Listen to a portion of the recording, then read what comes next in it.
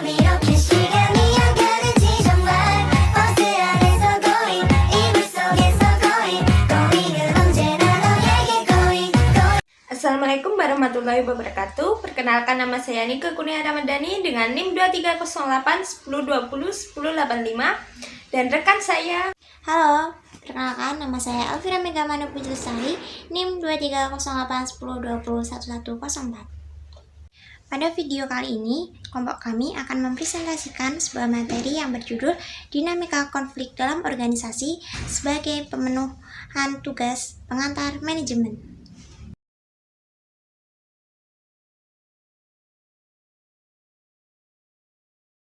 Dan di video ini akan ada 7 bab yang akan kita bahas.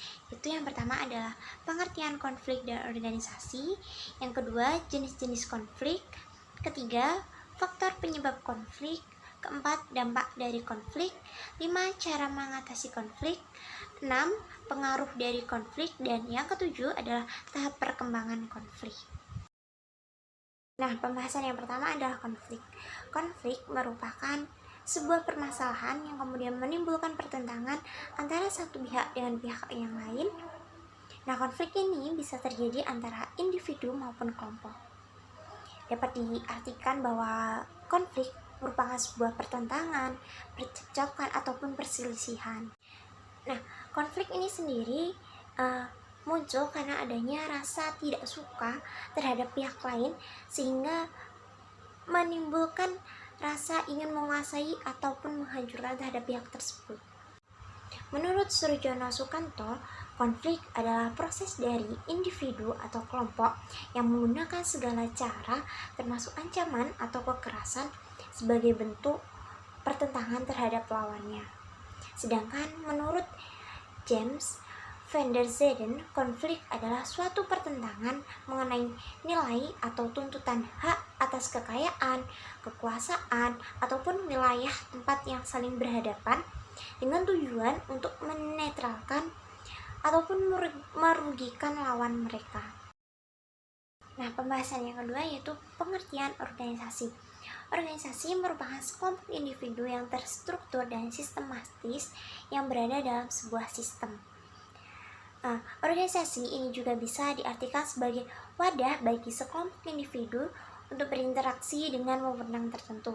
Biasanya, sebuah organisasi ini memiliki tujuan yang sama. Menurut Bond dan Katz, definisi organisasi ini mencakup 3 elemen pokok, yaitu yang pertama interaksi manusia, yang kedua kegiatan yang mengarah kepada tujuan, dan yang ketiga adalah struktur organisasi itu sendiri. Konflik dalam organisasi dapat timbul karena adanya ketidaksesuaian antara individu atau antar kelompok yang timbul karena fakta bahwa mereka harus berbagi dalam hal mendapatkan sumber daya yang terbatas, aktivitas pekerjaan, dan atau fakta bahwa mereka memiliki status, tujuan, nilai-nilai, atau persepsi yang berbeda. Konflik organisasi ini juga bisa disebabkan karena adanya persaingan di tingkat jabatan.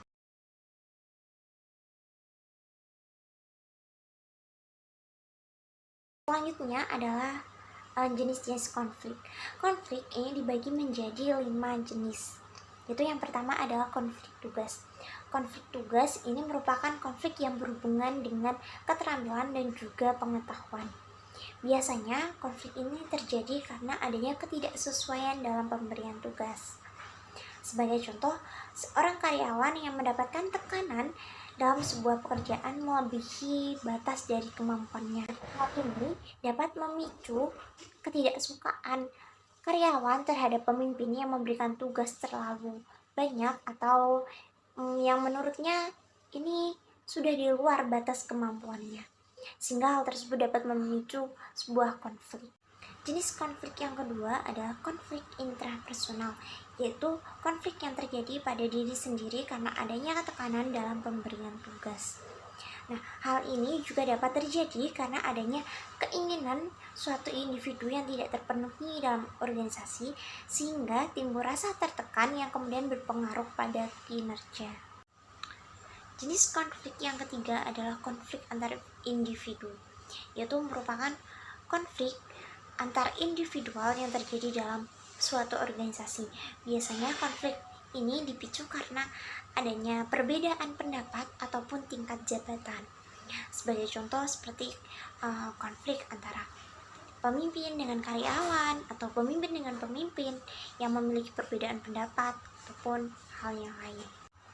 Jenis konflik yang keempat adalah konflik antar individu dan kelompok, yaitu konflik yang dipicu karena adanya tekanan dari suatu kelompok terhadap individu yang memiliki keterampilan atau kemampuan yang berbeda, sehingga hal ini dapat menimbulkan rasa asing terhadap individu yang merasa dirinya memiliki keterampilan yang berbeda dari individu lainnya.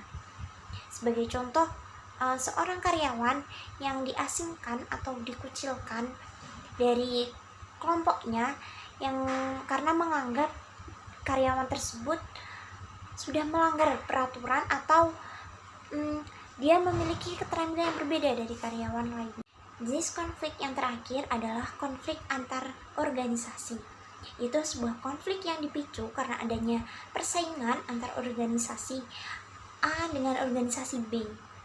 Sebagai contoh, organisasi A memiliki keunggulan yang sama dengan organisasi B.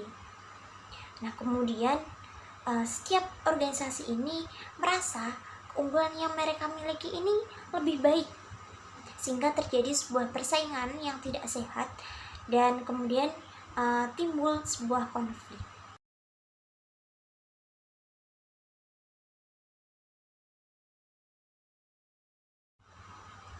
Materi selanjutnya adalah faktor-faktor penyebab konflik. Konflik ini dapat dipicu karena adanya beberapa faktor yang mempengaruhinya, yaitu yang pertama adalah perbedaan individu. Perbedaan individu ini dapat meliputi perbedaan pendapat dari setiap individu atau perbedaan pendirian dari setiap individu. Yang kedua adalah perbedaan latar belakang kebudayaan. Yang ketiga yaitu perbedaan kepentingan antara individu atau suatu kelompok. Keempat adalah perubahan nilai yang cepat dan mendadak dalam suatu masyarakat. Hal-hal tersebut itu dapat memicu sebuah konflik apabila antar individu atau antar kelompok tidak dapat saling mengerti atau saling memahami. Nah, pembahasannya selanjutnya yaitu mengenai dampak dari konflik dalam organisasi. Adanya suatu konflik akan menyebabkan berbagai dampak, baik dampak positif maupun negatif. Dampak positifnya yaitu, yang pertama, melahirkan pribadi yang kreatif, kritis, dan inovatif. Yang kedua, menumbuhkan sikap toleransi. Yang ketiga, menumbuhkan perubahan positif bagi pengembangan organisasi. Yang keempat, dapat membawa suatu organisasi ke arah disintegrasi. Nah, konflik juga tidak hanya mempunyai dampak positif, namun juga mempunyai dampak negatif. Yang pertama, dapat menyebabkan turunnya kinerja organisasi. 2. Komunikasi organisasi terhambat. 3. Kerjasama organisasi menjadi terhalang. 4. Memunculkan sifat saling curiga dan salah paham. 5. Individu yang berkonflik merasakan cemas, stres, dan frustasi. Yang keenam, stres yang berkepanjangan dapat menyebabkan orang yang sedang berkonflik akan menarik diri dari pergaulan.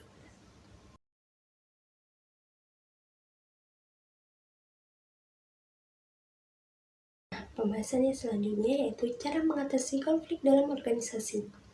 Ada 6 tipe pengelolaan konflik yang dapat dipilih dalam menangani konflik yang terjadi menurut Brown M. Baskerville. Yang pertama yaitu menghindari.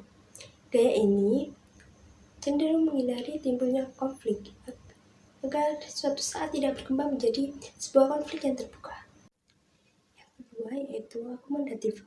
Gaya ini menghimpun aspirasi atau pendapat pihak-pihak di mana konflik ini muncul dan kemudian dicari jalan keluarnya. Yang ketiga adalah gaya kompromi. Gaya ini dilakukan dengan cara melakukan negosiasi antar pihak yang berkonflik, kemudian dicari solusi atau jalan tengahnya yang sekiranya dapat diterima kedua pihak.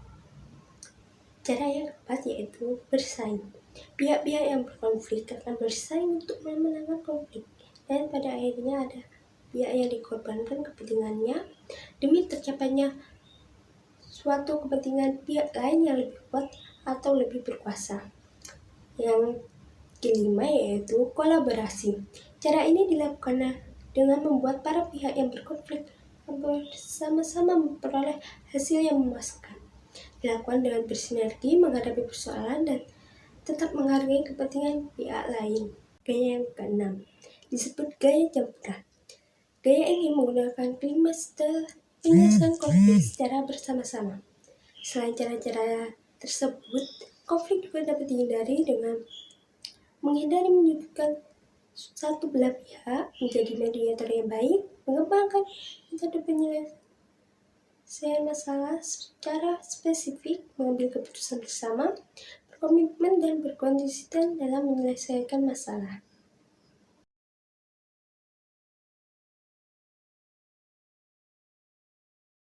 Dan selanjutnya yaitu tahapan perkembangan kelompok dalam organisasi.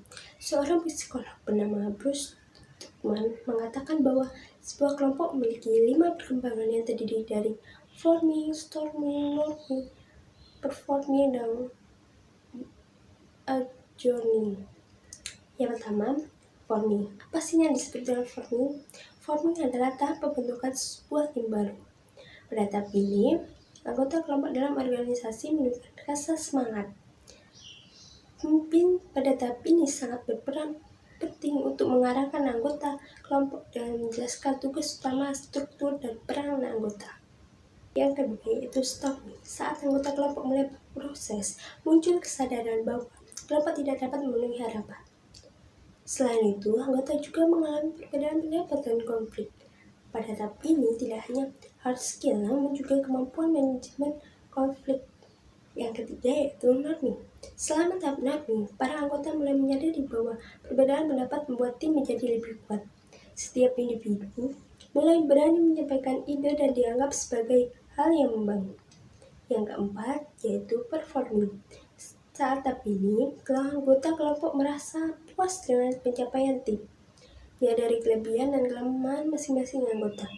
Tahap ini dapat menjadi puncak kinerja terbaik. Namun, ini bukan tahap terakhir karena perlu fokus dengan adanya tujuan yang baru. Tahap yang terakhir yaitu adjourning. Saat tugas diselesaikan dan kebutuhan organisasi berubah, maka beberapa tim juga ikut selesai.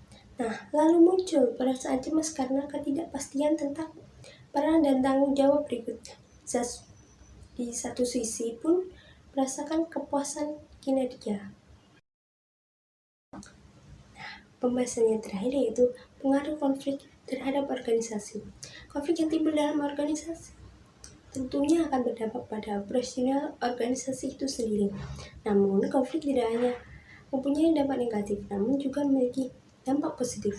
Konflik akan meningkatkan produktivitas dan efisiensi organisasi jika ditangani dengan baik. Terdapat 3 pandangan konflik yaitu 1.